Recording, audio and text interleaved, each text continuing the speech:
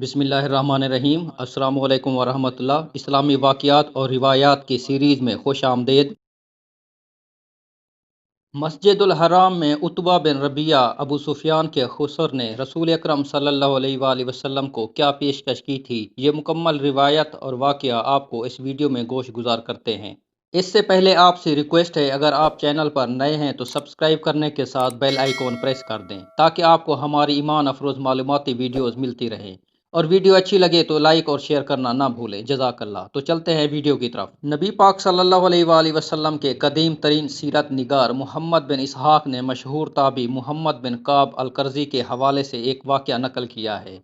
ایک دفعہ قریش کے کچھ سردار مسجد حرام میں محفل جمائے بیٹھے تھے، اور مسجد کے دوسرے گوشے میں رسول اللہ صلی اللہ علیہ وآلہ وسلم تنہا تشریف رکھتے تھے۔ یہ وہ زمانہ تھا جب حضرت حمزہ ایمان لا چکے تھے، اور قریش کے لوگ مسلمانوں کی جمعیت میں روز افزوں اضافہ دیکھ کر پریشان ہو رہے تھے۔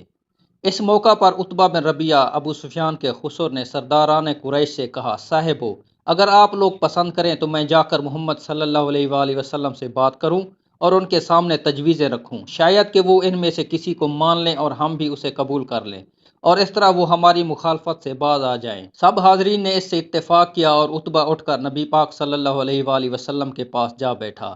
آپ صلی اللہ علیہ وآلہ وسلم اس کی طرف متوجہ ہوئے۔ اس نے کہا، بھتیجے، تم اپنی قوم میں اپنے نسب اور خاندان کے اعتبار سے جو حیثیت رکھتے ہو وہ تمہیں معلوم ہے، مگر تم اپنی قوم پر ایک بڑی مصیبت لے آئے ہو۔ تم نے جماعت میں تفرقہ ڈال دیا ہے، ساری قوم کو بے وقوف ٹھہرایا، قوم کے دین اور ان کے معبودوں کی برائی کی، اور ایسی باتیں کرنے لگے جن کے معنی ہیں کہ ہم سب کے باپ دادا کافر تھے۔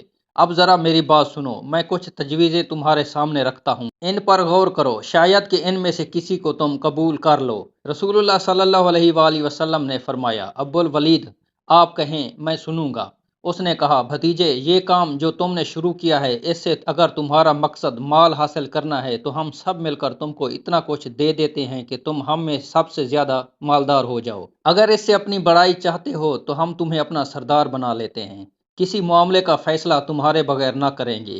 اگر بادشاہی چاہتے ہو تو ہم تمہیں اپنا بادشاہ بنا لیتے ہیں، اور اگر تم پر کوئی جن آتا ہے جسے تم خود رفع کرنے پر قادر نہیں ہو تو ہم بہترین اطباء بلا لیتے ہیں اور اپنے خرچ پر تمہارا علاج کراتے ہیں۔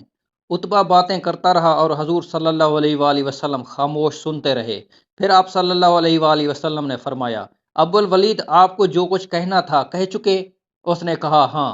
آپ صلی اللہ علیہ وآلہ وسلم نے فرمایا، اچھا میری بات سنو۔ اس کے بعد آپ صلی اللہ علیہ وآلہ وسلم نے بسم اللہ الرحمن الرحیم پڑھ کر سورہ حامیم السجدہ قرآن مجید کی 41ویں سورت کی تلاوت شروع کی، اور عتبہ اپنے دونوں ہاتھ پیچھے زمین پر ٹیکے سنتا رہا۔ آیت سجدہ آیت نمبر 38 پر پہنچ کر آپ صلی اللہ علیہ وآلہ وسلم نے سجدہ کیا اور پھر سر اٹھا کر فرمایا، اے ابو الولید، میرا جواب آپ نے سن لیا، اب آپ جانیں اور آپ کا کام۔ عتبہ اٹھ کر سرداران قریش کی مجلس کی طرف چلا تو لوگوں نے دور سے اس کو دیکھتے ہی کہا، خدا کی قسم، عتبہ کا چہرہ بدلا ہوا ہے، یہ وہ صورت نہیں ہے جسے لے کر یہ گیا تھا۔ پھر جب وہ آ کر بیٹھا تو لوگوں نے کہا، کیا سن آئے؟ اس نے کہا، با خدا، میں نے ایسا کلام سنا کہ کبھی اس سے پہلے نہ سنا تھا، خدا کی قسم، یہ شعر ہے نہ سحر ہے نہ کہانت۔ اے سرداران قریش، میری بات مانو اور اس شخص کو اس کے حال پر چھوڑ دو۔ میں سمجھتا ہوں کہ یہ کلام کچھ رنگ لا کر رہے گا۔ فرض کرو اگر عرب اس پر غالب آ گئے تو تم اپنے بھائی کے خلاف ہاتھ اٹھانے سے تم بچ جاؤ گے اور دوسرے اس سے نمٹ لیں گے، لیکن اگر وہ عرب پر غالب آ گیا تو اس کی بادشاہی تمہاری بادشاہی اور اس کی عزت تمہاری عزت ہوگی۔ سرداران قریش اس کی یہ بات سنتے ہی بول اٹھے، ولید کے ابا، آخر اس کا جادو تم پر بھی چل گیا؟ عتبہ نے کہا، میری جو رائے تھی میں نے تمہیں بتا دی، اب تمہارا جو جی چاہے کرتے رہو۔ اس واقعہ کو متعدد محدثین نے حضرت جابر بن عبداللہ رضی اللہ تعالیٰ عنہ سے مختلف طریقوں سے نقل کیا ہے، جن میں تھوڑا بہت لفظی اختلاف ہے۔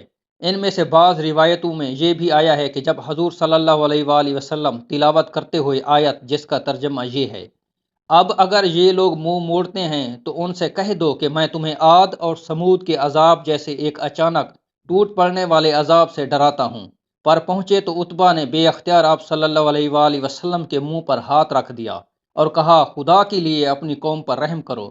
بعد میں اس نے سرداران قریش کے سامنے اپنے اس فعل کی وجہ یہ بیان کی کہ آپ لوگ جانتے ہیں محمد صلی اللہ علیہ وآلہ وسلم کی زبان سے جو بات نکلتی ہے پوری ہو کر رہتی ہے، اس لیے میں ڈر گیا کہیں ہم پر عذاب نازل نہ ہو جائے۔